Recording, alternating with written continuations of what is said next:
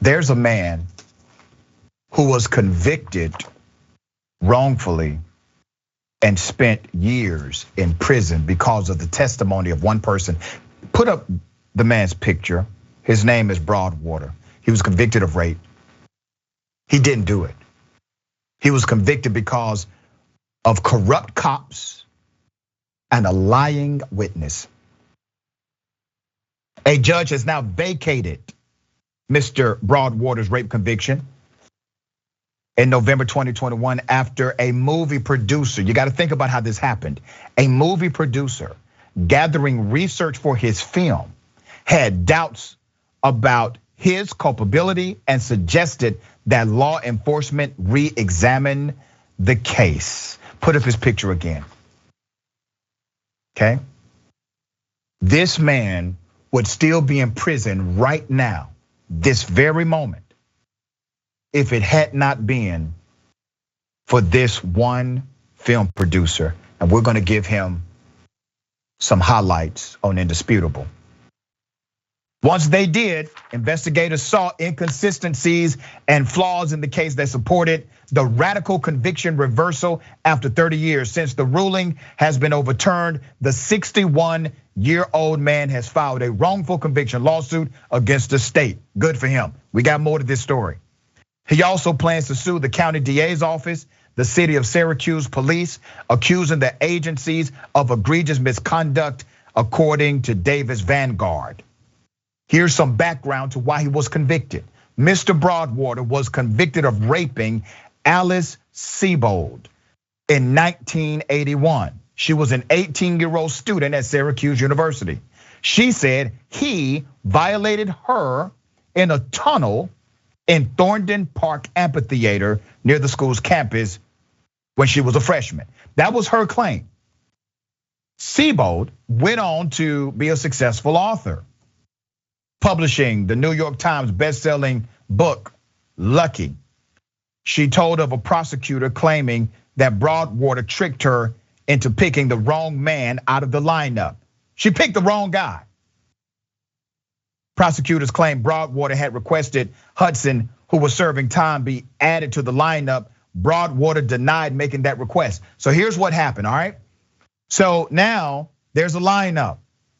The cops are saying, okay, you picked the wrong person, but that's because the other person looks so much like the person that we know did it. So you gotta pick this other person. You were just tricked, okay? The story gets deeper.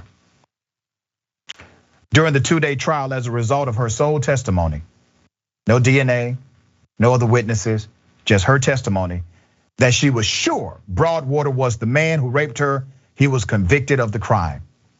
Then she wrote a novel. She's a successful author. She wrote a novel.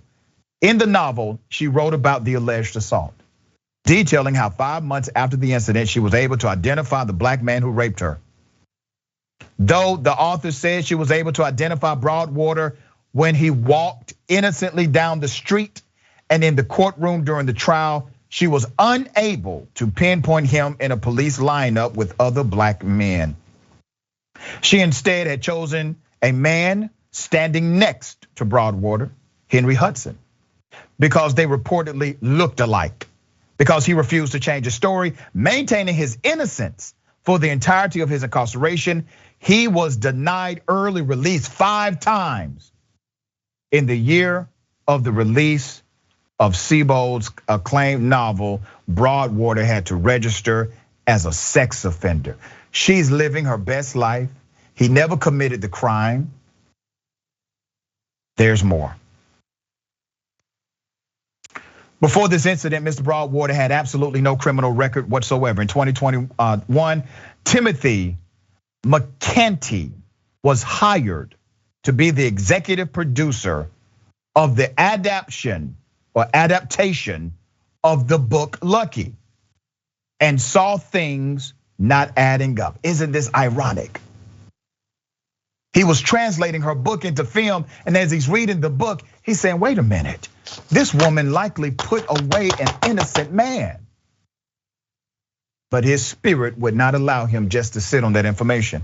So he spent his own money and hired a private investigator to unpack the case and help assess if the man convicted of the rape was not actually the man who did it. Private investigator Dan Myers, a former police officer, he's a good guy, served 20 years, told the Washington Post that after speaking to the man once for an hour, he knew the man was innocent. Within 5 months of this meeting, Broadwater's name has been completely cleared. Systemic failure, systemic failure, systemic failure. But you had some private citizens who gave a damn. You know how you can start transforming the system? Be a private citizen who gives a damn. This man now has his life back and has an opportunity to continue living because citizens gave a damn. Remember that you are empowered. All right, Bain, what are your thoughts on this? Sister, what a tragic story, bittersweet. Thankful that he was liberated, but 30 years of your life for something you did not do, and to carry, sin is sin, but to be called a rapist, a convicted rapist, must be a heavy, heavy cross to bear. Sure. Knowing you're innocent, fighting to prove it. To your point, systems have failed us in this country on many levels. Systems are made of people. They are made of individuals. So the individual has power, and we have to start unifying, collecting ourselves around that power. Tragic story, but happy that the brother is home.